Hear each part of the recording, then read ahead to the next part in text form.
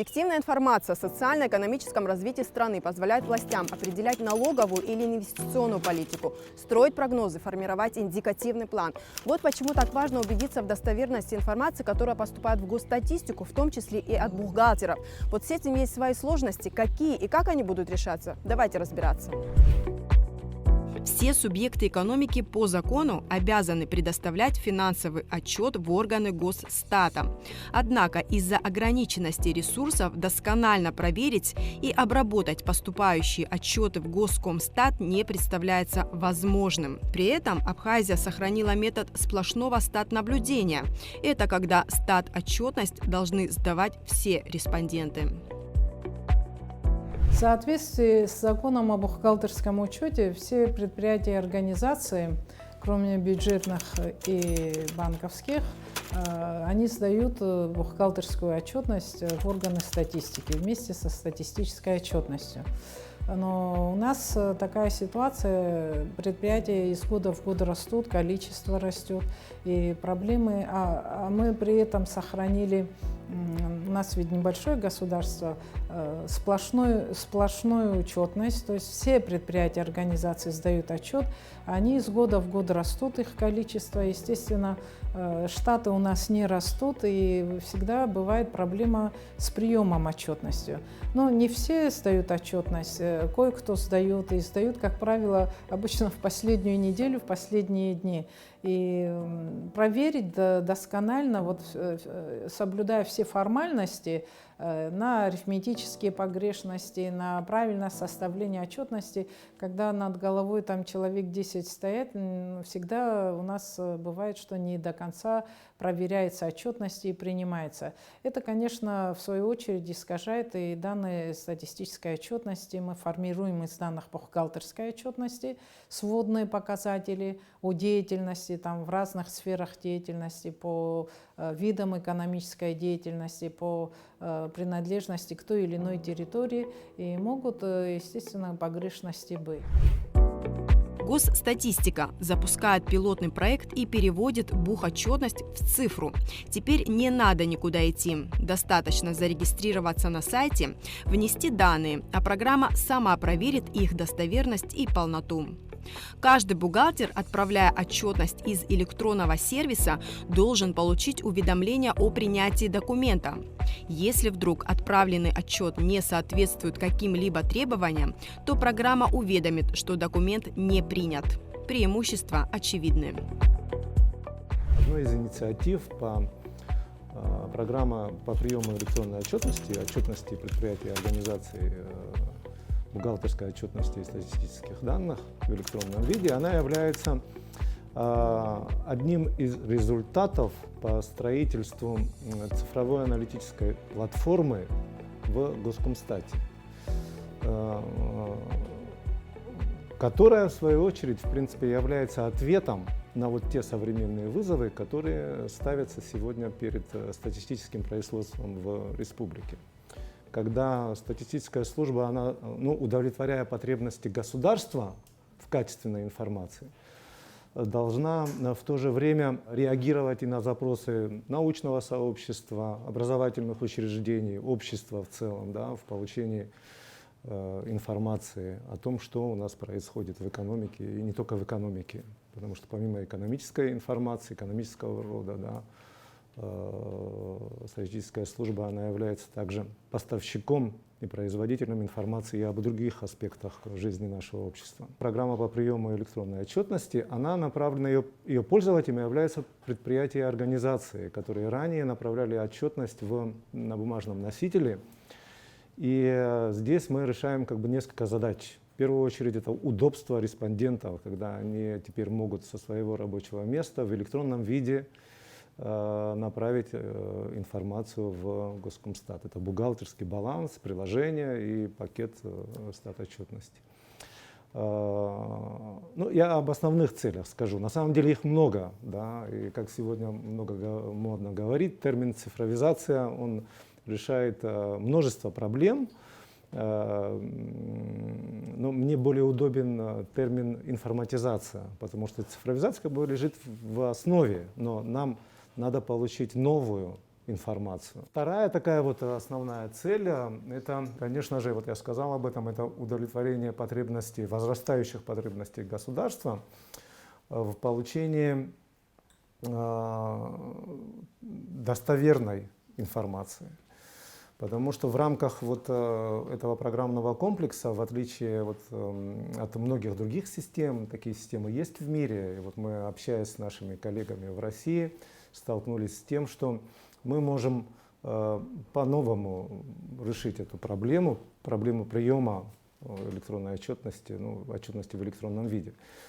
У нас параллельно решена задача проверки достоверности информации, потому что вот баланс, он при формальном соответствии правилам учета, он может быть все же недостоверным. То есть у нас есть подсистема искусственного интеллекта, которая решает задачу проверки баланса на предмет достоверности. Как на практике будет работать программа? Для бухгалтеров сложности в ее освоении не возникнет, уверяют разработчики. В результате вот для простого пользователя, да, который сотрудника организации, бухгалтера, который направляет отчетность, вот на практике получается так, что он, не выходя из дома, может направить отчетность, причем система сразу проверит на соответствие инструкции по правилам заполнения бухгалтерского баланса. В онлайн-режиме все ошибки будут показаны ему красненьким. Если он хочет в режиме ручного ввода заполнить, он может также, то есть предприятия и организации могут подготовить свои учетные системы и направлять отчетность в форме пакетного файла. То есть есть некоторые организации, у которых есть собственные учетные системы автоматизированные, и они там формируют баланс. И эти системы в состоянии формировать транспортный файл, который наша система умеет принимать. Вот эти все материалы о форматах, да, рекомендациях наших, инструкциях для пользователя, они все опубликованы у нас на сайте. Там заведен раздел «Электронная отчетность». Там можно получить сведения о форматах, об инструкции пользователя, я уже сказал. И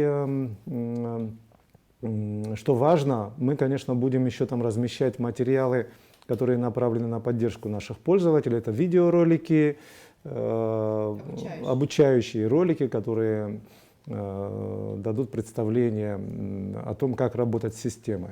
Это первый раздел баланса, актив.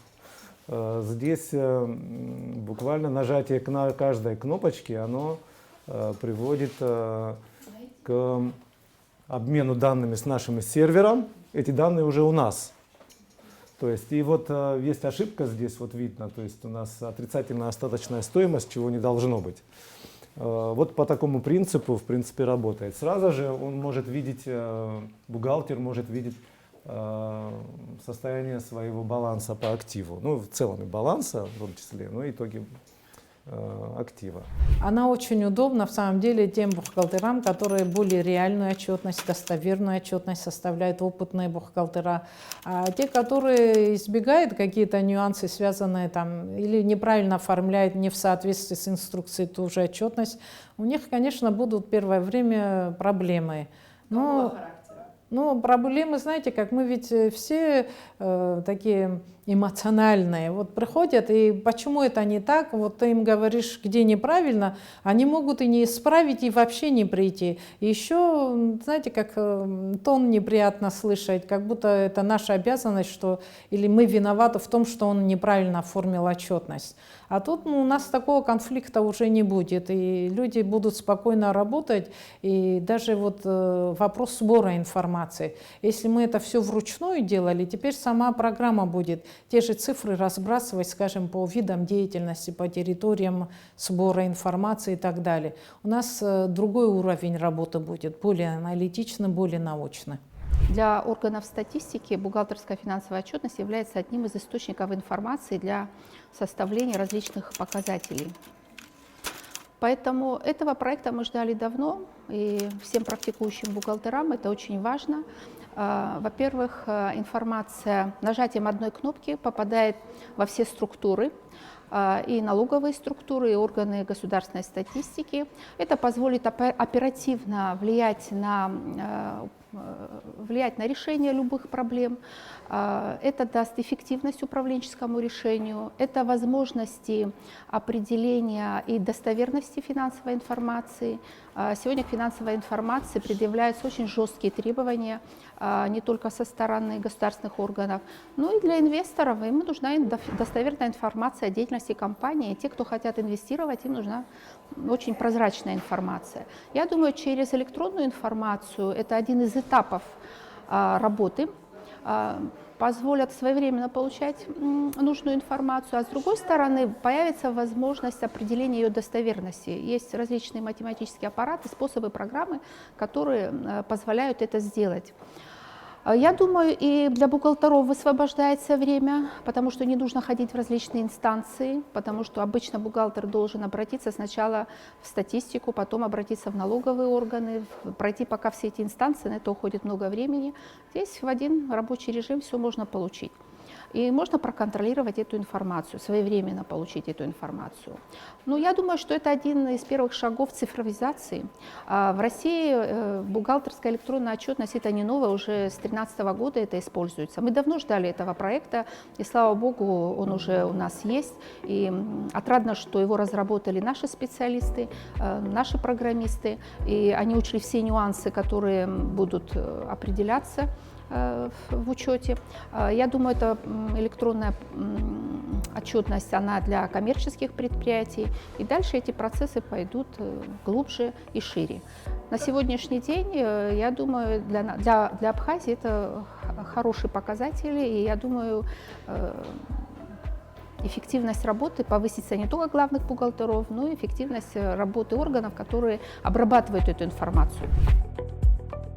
Неверные сведения или умышленное искажение финансово-хозяйственной деятельности предприятия влияют на обобщающие экономические данные, на профессиональном языке – сводные показатели. Если, например, оформляют в документе, что заработная плата среднемесячная, там расчетный показатель получается 800 рублей в месяц, конечно, это неправильные цифры. Или там до 5000. Мы знаем, что сегодня минимальная потребительская корзина намного выше, но не менее 10 тысяч. Естественно, мы знаем, что в организации люди, которые получают иногда и 50 тысяч заработную плату, они в отчете стараются меньше указать. Где-то там 5 тысяч, иногда и 1000. Это вообще недопустимые вещи. И более того, бывает, что не в полном объеме заполняет саму отчетность. То есть если сам баланс где-то заполнен, его расшифровки вообще могут отсутствовать.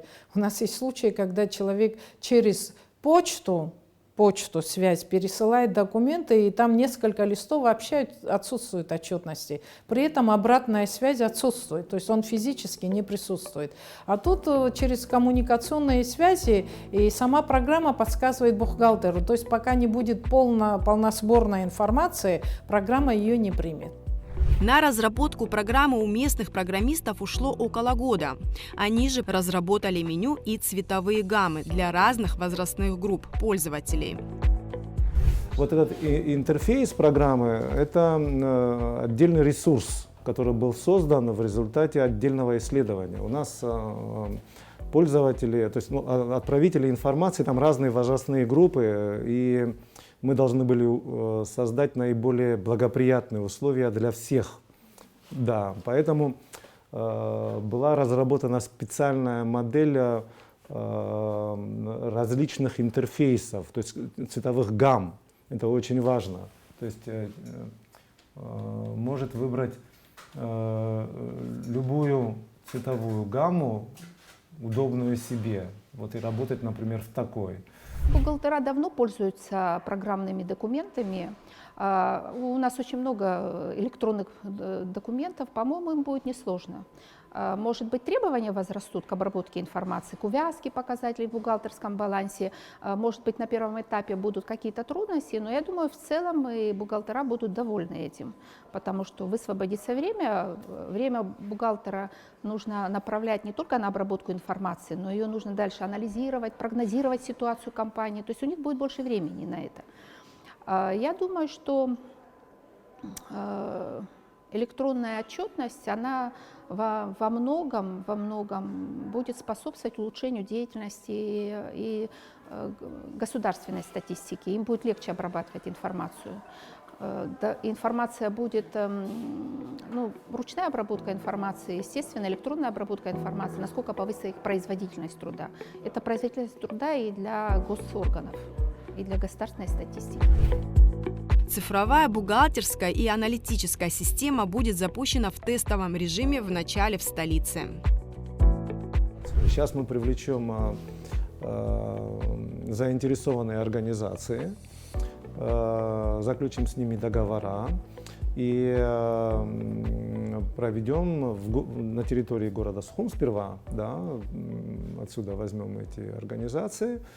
И на их профилях мы протестируем, на их информационных профилях мы протестируем эксплуатационные качества. Вот. Понятно, что мы там заложили масштабируемость, отказоустойчивость на большие данные. Здесь, кстати, в целом вот в рамках цифровой аналитической платформы у нас подсистема больших данных построена. То есть, в принципе, это, наверное, такая глобальная для страны вот система, которая мы ее строили с учетом того, что она должна была быть способна предоставлять данные, вот я говорил, там, научным сообществам, образовательным учреждениям, другим потребителям, да, статистической информации. И она должна уметь была обрабатывать большие данные и должна уметь отдавать большие данные, что немаловажно. Вот эти характеристики тоже заложены в программу. Отвечая на ваш вопрос, скажу, что сейчас вот мы тестирование будем проходить, возьмем разные по природе, у которых разная учетная система и природа учетной деятельности разная. Мы протестируем на ряде первых организаций. И я думаю, где-то до конца года мы уже перейдем в режим такой активной, да, переход. То есть мы тестовый период закончим. Все этапы тестового периода мы к концу года закончим. И тогда уже можно будет говорить о полномасштабности и покрытии уже всей территории страны. Возвращаясь к теме отчетности. По словам Камы Гогия, слабое звено – проверка правильности оформления бухгалтерской отчетности. По закону должна проводиться аудиторская проверка. По факту проверка бухгалтеров ограничивается налоговыми органами, которые выясняют правильность отчислений налогов и страховых взносов. Бухгалтера вообще несут ответственность за правильность, полноту составления бухгалтерской отчетности.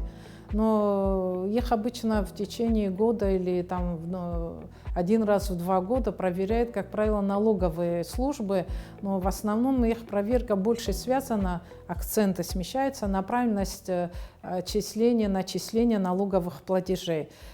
Сам момент, связанный с правильностью формирования бухгалтерской отчетности, у нас нет такой уполномоченный орган, который бы проверял. В законе о бухгалтерском учете прописано, что нужны аудиторские заключения. Так как у нас аудиторская деятельность так и не заработала, нет нормативных документов, кроме самого закона. И поэтому правильность оформления бухгалтерской отчетности – это весьма слабый такой вопрос у нас. Но проблема не только в отсутствии независимой проверки бухгалтерской отчетности. Из около 7 тысяч зарегистрированных юрлиц в республике отчетность в госстатистику предоставляют около 2000 организаций. Но самое любопытное – многие показывают финансовые результаты со знаком минус. Все несостыковки распознает информационная система. Буквально 1/3 часть зарегистрированных предприятий сдают отчетность. А вы знаете, что из той 1/3 части, 1/3 часть, фактически там 27-30%. То есть можно говорить четко, 1/3 часть показывает прибыль, 1/3 часть убыток и 1/3 часть так называемые нулевые балансы. При этом мы встречаемся с таким явлением, как многие бухгалтера, я не знаю, умышленно это или неумышленно, финансовый результат выводят убыточно, когда у них нет вообще процесса реализации Это неправильная проверка. То есть получается, из тех, кто сдают отчетность с убытком, с финансовым результатом отрицательным, некоторые просто подводят к этому. А программа будет смотреть, если нет реально выручки от реализации, то финансовый результат там не выводится.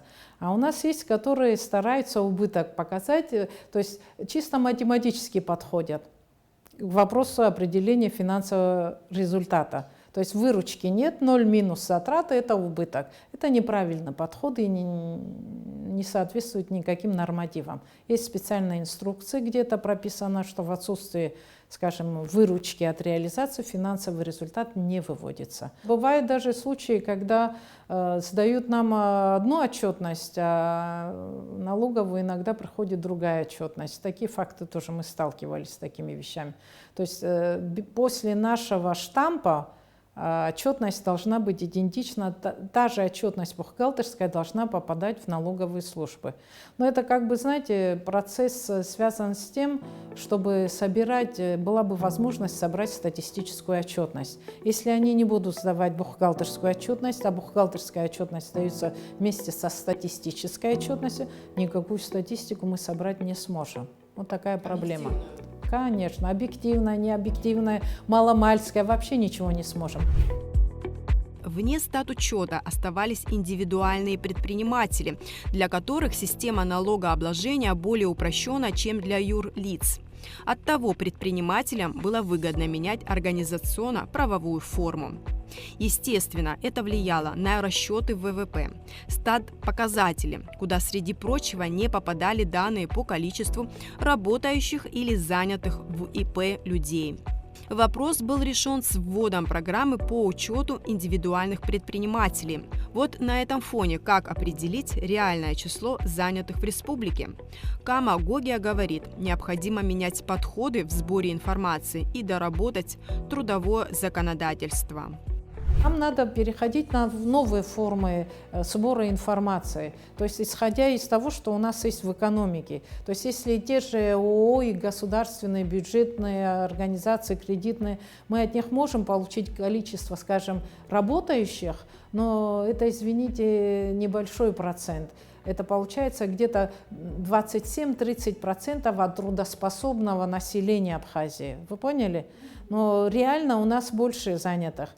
Если у нас в 3 раза больше индивидуальных предпринимателей, при этом мы тоже не знаем, все ли они так же, как юрлица, могли зарегистрироваться, но и не действовать дальше. То есть из тех, кто действует, я думаю, не меньше, чем официально занятых юрлиц, там тоже немало работающих. То есть фактически, я думаю, 50-60% от зарегистрированных ИП и ООО от трудоспособного населения у нас будет. Но еще, если мы будем учитывать, что раньше сельское население тоже было занято в колхозах, совхозах, отчетность шла по деятельности. Да. А теперь у нас в селах нет ни колхозов, ни совхозов, даже фермерских хозяйств у нас не так много. Но, тем не менее, у нас есть люди, которые посадили целые плантации мандарин, имеют орешники, имеют и сельхозкультуры, они обеспечивают свою семью. И даже для рынка у них есть, которые конкретно на рынок работают, и на вывоз и так далее. Они вообще нигде не учитываются. То есть мы, если знаем, что есть у нас сельское население, то мы ввели новые формы по хозяйственных книг, и там мы будем уже выводить методом расчета трудоспособное население. А мы знаем, что в деревнях не только взрослые трудоспособные работают, там и пенсионного возраста работают, и дети уже школьного возраста помогают в семьях, и они тоже заняты. То есть у нас тут не стоит вопрос безработицы, вопрос стоит занятости. Это очень важно. Я думаю, у нас уровень занятости не маленький. Но у нас нет таких общеметодологических подходов, кто является занятым. То есть у нас в теории, там, скажем, в законодательстве не прописано, у нас даже не прописано, кто является безработным. Вы понимаете, где мы пропадаем, не можем взять и зацепиться за какой-то пункт. Мы сами сидим и разрабатываем эту методологию. У нас есть много сезонных работников. У нас в Абхазии вообще это такая сфера, где есть зимние сезонные работники, это когда сбор мандаринов, там, перевозка и так далее. У нас есть сезонные работники летнего периода, когда в сфере курорта и туризма очень так сезонно люди из деревень выезжают и работают в курортной сфере, и в сфере услуг работают. У нас есть осенние сезонные работы, у нас и даже и весенние уже появились люди, там спашка и так далее, у них сезонная занятость. У нас есть люди, которые вообще не определены, что они работают. Это люди, которые, как вы сказали, самозанятые.